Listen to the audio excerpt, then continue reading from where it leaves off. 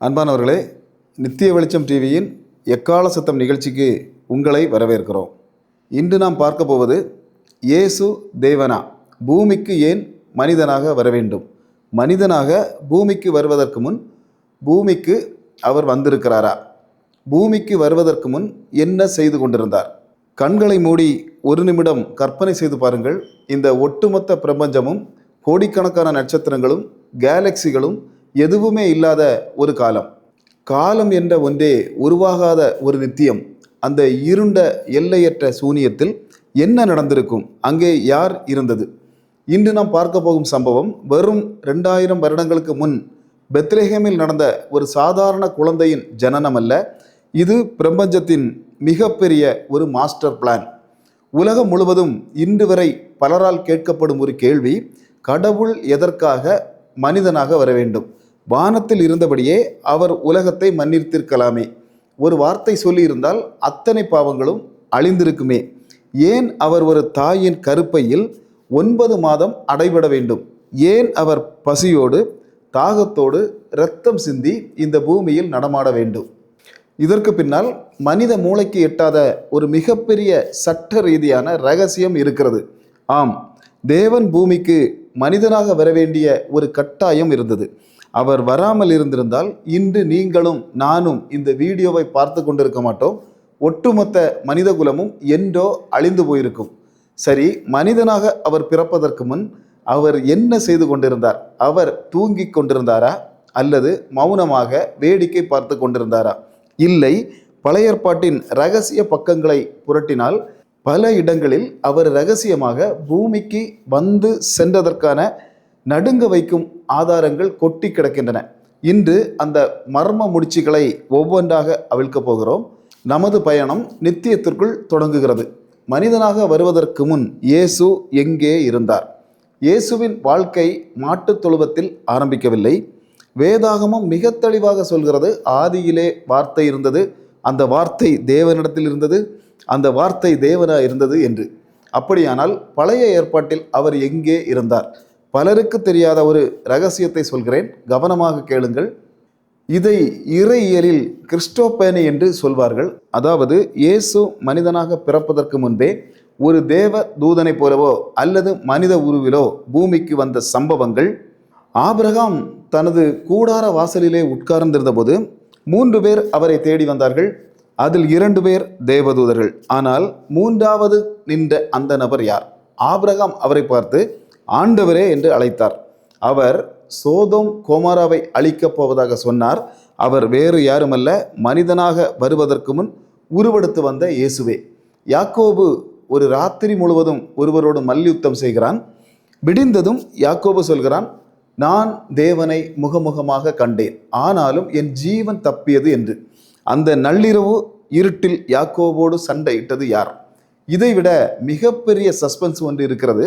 Babylon தேசத்தில் Shadrach, Meshach, Abednego என்ற 3 இளைஞர்களை சாதாரண நெருப்பை விட 7 மடங்கு அதிகமாக எரியும் அக்கினி சூளையில் தூக்கி போட்டார்கள். அவர்களை தூக்கி போட்ட வீரர்களே அந்த வெப்பம் தாங்காமல் எரிந்து சாம்பலானார்கள். ஆனால் அந்த நெருப்புக்குள் எட்டி பார்த்த ராஜா நேபுகாத்நேச்சார் பயந்து நடுங்குகிறான். அவனுடைய சிம்மாசனம் ஆடியது. அவன் கத்தினான், நாம் 3 பேரை தானே போட்டோம், அங்கே 4 பேர் உலாவுகிறார்களே, அந்த 4வது நபரின் சாயல் தேவ புத்திரனுக்கு ஒப்பா இருக்கிறதே என்று அலறினான். அவர்தான் இயேசு. அவர் மரியாள் வயிற்றில் பிறப்பதற்கு பல 100 வருடங்களுக்கு முன்பே தன் மக்களுக்காக நெருப்பிலும் வனாந்திரத்திலும் போர்க்களத்திலும் நிழலாக தொடர்ந்து வந்து கொண்டே இருந்தார்.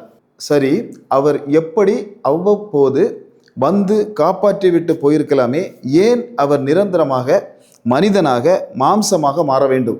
இங்குதான் பிரபஞ்சத்தின் மிகப்பெரிய நீதிமன்றம் செயல்படுகிறது. தேவன் அன்பானவர் என்று மட்டும்தான் பலரும் நினைக்கிறார்கள். ஆனால் அவர் 100% நீதியுள்ள நியாயாதிபதியும் கூட. ஏதேன் தோட்டத்தில் மனிதன் பாவம் செய்தபோது சாத்தான் மனித குலத்தின் அதிகாரத்தை முழுவதும் திருடி கொண்டு விட்டான். தேவன் கொடுத்த சாசனம் சாத்தானின் கைக்கு சென்று விட்டது. பாவத்தின் சம்பளம் மரணம் என்பது தேவனுடைய சட்டம். தேவன் நினைத்திருந்தால் வானத்திலிருந்து நான் மனிதர்களை மன்னித்து விட்டேன் என்று ஒரே வார்த்தையில் சொல்லியிருக்கலாம்.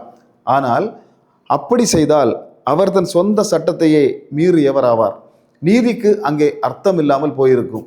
சாத்தான் தேவனை பார்த்து, நீ எப்படிப்பட்ட நியாயாதிபதி, தவறு செய்த மனிதனை தண்டிக்காமல் விடுகிறாயே என்று கேள்வி கேட்டிருப்பான். ஒரு மனிதன் செய்த பாவத்திற்கு இன்னொரு மனிதன் தன் தண்டனையை அனுபவிக்க வேண்டும், இதுதான் சட்டம். ஆனால் உலகத்தில் உள்ள எல்லா மனிதர்களும் பாவம் செய்தவர்கள். ஒரு குற்றவாளி இன்னொரு குற்றவாளிக்காக பிணை எடுக்க முடியாது. அங்கே குற்றமே செய்யாத 100% தூய்மையான ஒரு மனிதனின் இரத்தம் தேவைப்பட்டது. பரலோகத்தில் தேடல் நடக்கிறது. மனித குலத்தை மீட்க தகுதியானவர் யார்? ஒரு தேவதூதன் வந்து மரித்தால் அது சட்டப்படி செல்லாது.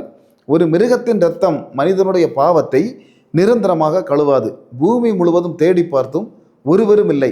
அப்போதுதான் பிதாவின் வலது பரிசத்தில் இருந்த அந்த வார்த்தை ஒட்டுமொத்த பிரபஞ்சத்தையும் தன் வார்த்தையால் உருவாக்கிய அந்த தேவன் தன் சிம்மாசனத்தை விட்டு இறங்கினார். மனிதன் செய்த தவறுக்கு நான் மனிதனாக போய் தண்டனையை ஏற்றுக்கொள்கிறேன், என் இரத்தத்தை விலையாக கொடுக்கிறேன் என்று முடிவெடுத்தார். இது ஒரு விருப்பமல்ல, மனிதனை காப்பாற்ற வேறு வழியே இல்லாத ஒரு கட்டாயம். இதை கேட்கும்போது உங்களுக்கு ஒரு சாதாரண கதையாக தெரியலாம். ஆனால் இதோடு தொடர்புடைய ஒரு நிஜ சம்பவத்தை சொல்லுகிறேன். ஒரு ஊரில் ஒரு ஏழை தாய் தன் ஒரே மகனோடு வாழ்ந்து கொண்டு வந்தாள். அந்த பையனுக்கு ஒரு அரிய வகை இரத்த புற்றுநோய். மருத்துவர்கள் கைவிரித்து விட்டார்கள். உன் இரத்தமும் அவன் இரத்தமும் ஒரே வகைதான், ஆனால் உன் உடலில் உள்ள முழு இரத்தத்தையும் அவனுக்கு மாற்றினால் ஒழிய அவனை காப்பாற்ற முடியாது. ஆனால் அப்படி செய்தால் நீ இறந்து போவாய் என்று மருத்துவர்கள் சொல்லுகிறார்கள். அந்த தாய் ஒரு நிமிடம் கூட யோசிக்கவில்லை. தன் உயிரை கொடுத்தாவது என் பிள்ளையை காப்பாற்றுங்கள் என்கிறாள். அந்த பையனுக்கு மயக்க மருந்து கொடுக்கப்படுகிறது. தாய் தன் படுக்கையில் படுத்து தன் உடலில் உள்ள ஒவ்வொரு சொட்டு இரத்தமாக தன் மகனுக்கு கொடுக்கிறாள். அவளுடைய நாடி துடிப்பு கொஞ்சம் கொஞ்சமாக குறைகிறது. அவளுடைய முகம் வெளிரி போகிறது. தன் கடைசி மூச்சை விடுகிறாள் அந்த தாய்.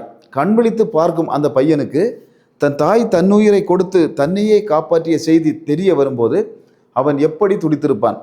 இது சாதாரண மனித தாய்க்கே இவ்வளவு அன்பு இருந்திருந்தால் உங்களையும் என்னையும் உருவாக்கிய தேவனுக்கு எவ்வளவு அன்பு இருக்கும்?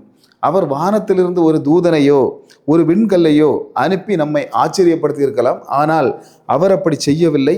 உங்கள் வலியை அவர் உணர வேண்டும், உங்கள் கண்ணீரை அவர் துடைக்க வேண்டும் என்பதற்காகவே அவர் ஒரு மனிதனாக வந்து பசியை உணர்ந்தார், தாகத்தை உணர்ந்தார், துரோகத்தை உணர்ந்தார், சிலுவையின் ஒவ்வொரு ஆணியின் வலியையும் உணர்ந்தார். அவர் மனிதனாக வந்ததற்கான கட்டாயம் இதுதான். அவர் உங்கள் மீது வைத்திருந்த தீராத காதல். இயேசு மனிதனாக வர வேண்டிய கட்டாயம் என்ன? அதற்கு முன் அவர் என்ன செய்து கொண்டிருந்தார் என்பதனை இன்று பார்த்தோம். அவர் பூமிக்கு வந்த ஒரு மாபெரும் மீட்பு திட்டம் இது. ஆனால் இது வெறும் ஆரம்பம் மட்டுமே. இயேசு தன்னை பல முறை மனுஷகுமாரன் என்று அழைத்தார்.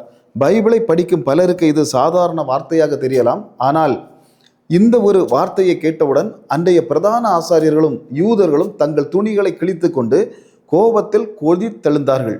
அவரை சிலுவையில் அறைய வேண்டும் என்று முடிவெடுக்க காரணமே இந்த ஒரு வார்த்தை தான். அப்படி என்ன பவர் இருக்கிறது அந்த மனுஷகுமாரன் என்ற வார்த்தைக்குள்? தானியேல் புத்தகத்தில் ஒளிந்திருக்கும் அந்த மாபெரும் தீர்க்க தரிசனம் என்ன? அடுத்த எபிசோடில் பலரும் சொல்ல தயங்கும் சரித்திரத்தில் மறைக்கப்பட்ட அந்த ரகசியத்தை உடைக்கப் போகிறோம். மனுஷகுமாரன் என்ற வார்த்தைக்கு பின்னால் இருக்கும் அந்த பிரம்மாண்டமான உலக முடிவு கால ரகசியம் என்ன? காத்திருங்கள், உண்மைகள் இன்னும் வெளிவரும். நன்றி. மாரநாதா, இயேசுவே வாரும். மரித்தேன், ஆனாலும் சதா காலங்களிலும் உயிரோடு இருக்கிறேன் என்று சொன்ன இயேசு சீக்கிரத்தில் வருகிறார். ஆமேன், ஆமேன். கர்த்தர் தாமே உங்களை ஆசீர்வதிப்பாராக.